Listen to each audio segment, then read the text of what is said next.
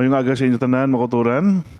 Nagakalipay kita sa nga kaygunan, kay pribiliyo, nga maka pag-uupod sa inyo, tagsa ka panimalay, tagsa ka personal ka pagkabuhi, sa siya aton nga devotional sa sining nga adlaw. Ang aton nga pamalandungan sa sinigid nga tinion, makita natin sa Psalm 15, verses 1 to 5. Basahan ko lang sa inyo ang pila ka o kung kabugusan nga chapter sa chapter 15 sa New Living Translation nga naghambal, who may worship in your sanctuary, Lord, who may enter your presence on your holy hill, those who lead blameless lives and do what is right, speaking the truth from sincere hearts, those who refuse to gossip or harm their neighbors or speak evil of their friends, those who despise flagrant sinners and honor the faithful followers of the Lord and keep their promises even when it hurts, those who lend money without charging interest and who cannot be bribed to lie about the innocent, such people will stand firm forever. Ang ginugin mo hatag bugay kapapakamayo sini, itagaan naton tima, ining aton divisional sining adlaw, character which pleases God. Mga kinaiya pamatasan sang isa ka tumuluo kag followers sang Ginoo nga nagapahamuot sa Ginoo gid sing labi. Kag amo ni ang kasubong sa pamukutanon diri ni David. Who can come to the tabernacle of God? Sino bla ang sarang nga maka sojourn, okay? Or visit or fellowship in the tabernacle of God.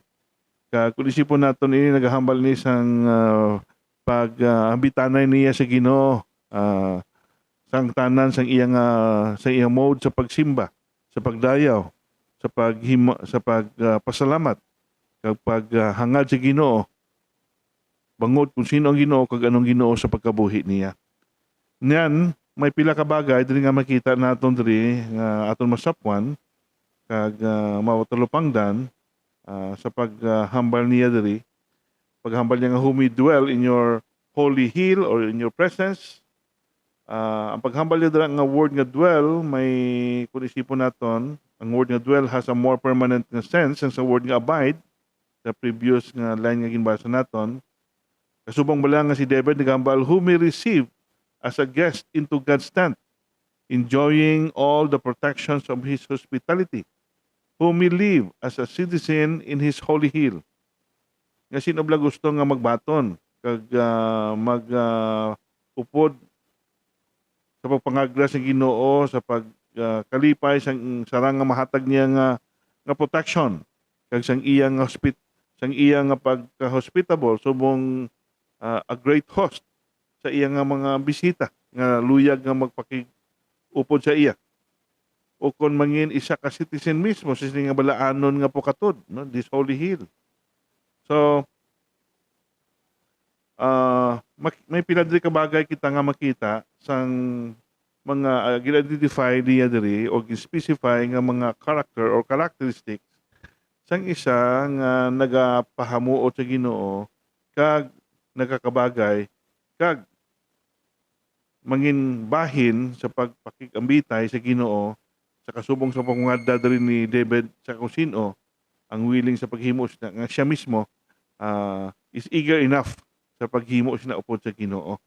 Now, una, diri makita naton kung say mismo sa verses 2 to 3, singa his character among his friends and his neighbors, singa he who walks uprightly, works righteousness, speaks the truth in his heart, he who does not backbite with his tongue, nor does evil to his neighbor, nor does he takes up a reproach against his friend.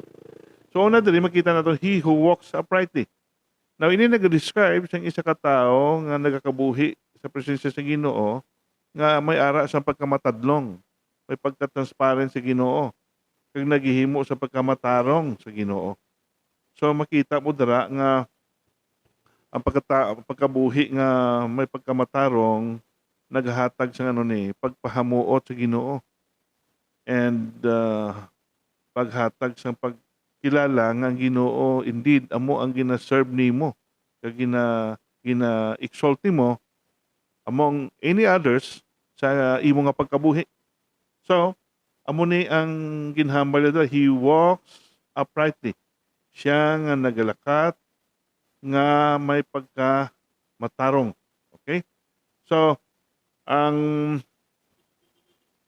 ginhambal diri sa sini nga psalmist nga kung ano ang ginhambal niya, amo ginakabuhi niya, hindi lang nga mayon siya sa paghambal, pero wala nagasanto sa pagkabuhi niya. Kasubong mula sa ginhambal dara sa 1 John 1:6. Sinidyan niya, if we say that we have fellowship with Him and walk in darkness, siya we lie and do not practice the truth. Kung totoo ang kamotoran na sa aton, siya truly indeed nga nagakabuhi kita sa kapawa. Kag hindi nga doon nadulman kita gihapon sa kadulom nga kasubong bala nga do yara pa gihapon sa pag hugakom o control sa aton previous nga pagkabuhi nga under sa bondage sa sala. So amo ni ang butang nga makita naton diri sa ginhambal di sang pulong sa Ginoo. Kasubong sa gin-mention niya diri. Not only sa sina nga butang nagapamuot kita by having this kind of character nga ginhambal naton, upright, and he works righteously. The second thing makita naton, he speaks the truth in his heart and he does not backbite with his tongue. Ano ini? Kung naghambal siya, halin giya sa tibusoon. Kung iya pagkasinsiro, amo gina, no? Ang pagkaanis niya, amo ginsina. Kag wala siya nagapasipala o kung naghimo sa paghambal nga malain sa iban, paagi sa paggamit siya madila. Kag isa mabalaan mong isa ka tao kung nalipay siya, kung akig siya, pamaagi sa expression sa iyang mababa. Kag isa makita mo nga halin mo na mostly sa iya tibusoon. Kasi lang sang Matthew 12:34, out of the abundance of the heart, the mouth speaketh, or the mouth speaks. Di kung ang imo tibusoon, amo sina, tiga gagwa gina sa imo mga bibig, sooner or later, hindi mo na mapunggan.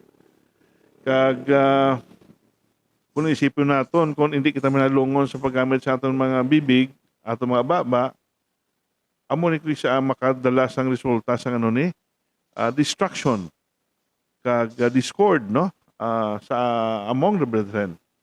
Kay ginhambal ka isa ka writer nga, I think more damage has been done to the church and its work by gossip, sining niya, by criticism and slander than by any other single sin. So I say, don't do it. Bite your tongue before you criticize another Christian. Siya kung buot gid man nga gusto nimo nga pasipalahan o kung pakalainon labi kag labaw ang uton mo lamang gani sa Ginoo, siya much better you bite your tongue first before saying anything nga makahatag sang hindi maayo impresyon kag malain nga butang sa nagapamati kag sa makabati sini nga nagikan sa imo nga nagahambal sa sina. So amo ni hambal diri speaks the truth. He speaks the truth in his heart. He who does not backbite with his tongue. So, ano pa gid nga makita naton diri? Amo ni nga karakter na makita pagid naton sa ginhambal diri. Nor does evil to his neighbor, nor does he take up a reproach against his friend. Ano pa gid nga bagay nga makita naton diri? Ni David diri, wala siya nagahatag sang malain nga intensyon o kon mga ginahimo batok sa iya nga mga neighbor, batok sa iya nga abyan, kag gina-consider gid sila nga abyan kag neighbor nga mga abyan niya gid, no, nga tutuod gid kay hindi layang abyan lang tungod kay may mga ano siya, may mga hidden agenda siya nga posible ba si ina sila mulustyahan nakon o ma-exploit man nakon o whatever nga which makahatag advantage on my account, no, rather than nga sa ila. Sige wala niya na ginahimo. Sige diri amo ni ang iyang impression. He does not do any evil to his neighbor, nor does he take up a reproach against his friend. May iban miya nga neighbor mo supposed tani nga mag abyanay ka mo, may maayo ka mo nga dealing, pero kisa neighbor mo kisa mo pang numero uno mga kontra. Kag amo ang nagabatiko sa imo, no? So baylo tani nga mangin positibo ang resulta sa inyo nga pag-angkon sa relasyon. So ang paghambal diri sang Ginoo diri nga ang pagtamod naton sa aton nga mga neighbor kag sa aton mga abyan singa hindi lamang sa ila, no? Even sa mga tao nga nga budlay naton nga pakigbagayan kag budlay nga pigmaon, still singa we have to reach them out nga higugmaon. Singa diri in these words of David, singa we also see the deeper work of Jesus Christ who commanded us to not only love our neighbor and friend, but also to love our enemies and those who spitefully use us. Matthew 5:44. Nga bisan pa ng mga taong nagakainod sa aton, nagakontra sa aton, sarang naton nga anahan, mahigugma sa gugma ni Kristo Jesus.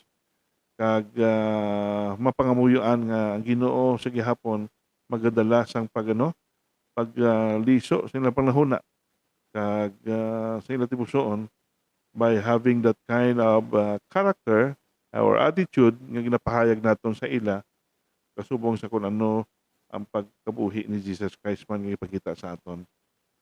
So amoy ni nga klase sang pagkabuhi, nor does evil to his neighbor, nor does he take up a reproach against his friend.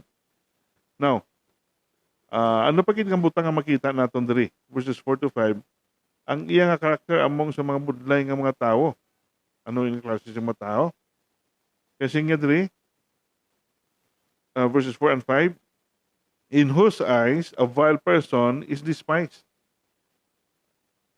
David knew that we cannot love good unless we also oppose evil. Sige, hindi kita makasalang mahigugma lubusan sang maayo kung kita mismo wala taman pakigbatuan kag in opposition sang evil acts nga ginahimo nila.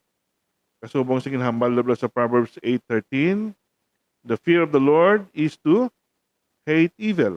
Ang pagkahadlok sa Ginoo amo man ang akig sa kalautan. Yet this righteous man also honor those who fears the Lord. Okay? So ang iyang judgment about men on a godly basis is not from natawag naton favoritism. It's not through flattery. It's not through corruption. Ang iyang pag-judge siya kung ano ang ginhambal sa pulong sa Ginoo. Hindi iya sa kung ano panahon sa tao, ano ang andan sa kalibutan nga balatayan sa paghimo sang judgment nga kisa ginaopdan sa kasubong sini nga mga bagay nga gin-mention naton, no? May favoritism, kisa may flattery, kag corruption. Okay? So, amo ni siya nga butang nga makita naton diri sa iya. In whose eyes nga a vile person is despised. Okay? So, ang ginakainitan niya ang tao naghimo sa kalautan, ang act mismo ginakainitan niya, but he extended love to those people nga naghihimo sa sini nga somehow ang Ginoo maghatag sang realization sa sini nga tao nga naghihimo sa sina. And then singa he honors those who fear the Lord. Ano hambot sini? Ginapasindunggan niya ang mga tao nga nagapahamuot sa Ginoo o nagakahadlok sa Ginoo. Singa, we must be honest in paying respect and giving honor to whom honor is due. Okay? Kung kinanglan siya sang respeto, then we have to give them respect. Hindi naton siya boyayawon, hindi naton sila nga laiton, hindi naton sila nga i-backbite because there are people nga ginbutang sa Ginoo nga dapat naton respetuhon, especially people who are in authority, no? Regardless ang ilang nga mga shortcomings, And perhaps weaknesses, ang pagpasidungog naton kag paghatag naton sang respeto dapat magapabilin sa gihapon sa sina mga tao. So all of those who fear, especially kung sila nagapangalagad sa Ginoo kang nagakahadlok sa Ginoo. So, ano pa gid ang butang makita naton diri? Singa, he who swears to his own hurt does not change. Ano ini sini? Ini idea behind this is the man he keeps his promises. He keeps his promises even when he is no longer to his advantage to do so. Meaning, bisan mabudlay para sa iyang tipigan ang iyang saad tungod kay saad niya, still iya ina nga tindog ang padayonon. Just like sang nahinabo sa illustration diri, sininga diri, just like Joshua, just like what had happened to Joshua and the elders. They kept their oath to the Gibeonites, though to their inconveniences. No? Kung tabo ini sa Old Testament nga times. Ang tipigan nila kung gin ka kamuda nila ang mga Gibeonites. So, amo na siya, no? Ang butang nga makita naton nga ginhambal dira. Kisa may ara kabudlayan sa imo, you are the point of sacrifice, and then sining mo in your inconveniences, but you had promised to do so, then you're willing enough to commit to it, regardless pa sa kung ano ang mangin possible obstacles or hindrances along the way. And then, ano pag ginahambal dira? He who does not put out his money at usury, nor does he take a bribe against the innocent. Ano ini? Amo ni siya mga tao nga wala nagatik advantage sa mga tao nga ara sa kapipitan. Pagi sina makadispone sa papahulam o papagamit sang certain amount of money agun nga gamiton nila for that emergency purposes nga wala sang ano ni mataas nga interest in return. Kay bala naton ang usury gina-condemn na sa Bible nga practice. Makita mo na sa Deuteronomy 23:20 and Matthew 25:27. But in the context of trading on a brother's misfortune, singa as a comparison between sa sining nga mga bersikulo, ginahimo nila. Kaya nga, ang purpose nila, just like sa natabo di sa Nehemiah chapter 5 illustration, where all the wealthy were taking advantage of the poor among the exiles when all should have been helping one another. Ang purpose nila, nga, ang imo nga ginhatag dito, kung ginpadisponer, ibulig. Pero kung may certain percentage man gid nga saka, hindi gid nga tuman kadako. Hindi gid nga labot usually nga amounting almost I think mga 20% man na siya. Kung sa trading naman, may mga percentage man na siya nga rate nga ginakuha. Kaya mudlay man nga kung wala ka sang saka, paano lang ang trade and business, no? Mga tribe. Kaya kinanglanon man nila. But then, singa kung utod mo si Ginoo, kung compatriot mo or a fellow is a Jewish individual lang man siya, then singa, hindi mo pasakaan sing dako kaayo nga it almost not amount to a usury na yung klase sang klase sang paghimo naton sa sina sa iya. So, amo ni siya ang butang nga makita naton sa ginhambal diri sang practices niya. Sa ito ba, wala siya nag-take advantage sang kaimulon, sang kapikaduhon, sang kaimtangan, sang circumstansya, nga pagi sina, daw mangin kapit ka sa patalim, kag bisan ano lang, kay way ka naman sa dalaganan, then amo na lang himuon nimo. So wala siya naghihimo sa sina, kundi he wants to dole out something nga makahatag sang bulig, kag in a way, support sa kinanglanon nga wala sang mataas gid sing labi nga percentage nga bayran tungod sang imo nga ginulam sa iya. Sa amo nang ginhambal dara. And other thing nga makita naton diri sa pulong sa Ginoo sa verse 3 singa, the blessing that comes from this character. Sige nga, he who does these things shall never be moved. Meaning, he who does these things, anong po sa inyo sini? Aridriyo, ginambal that David has in mind the basic performance-based system of the Old Covenant. And the one who has pleased God with this kind of performance of this character can expect blessing from God.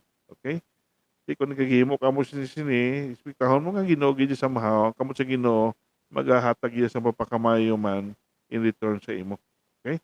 Kasi nga, he who does these things shall never move. So, meaning, nag-promise ini siyang promise of stability and security is given to those who abide in faith. In such faith being evident through a life lived in general obedience. Okay?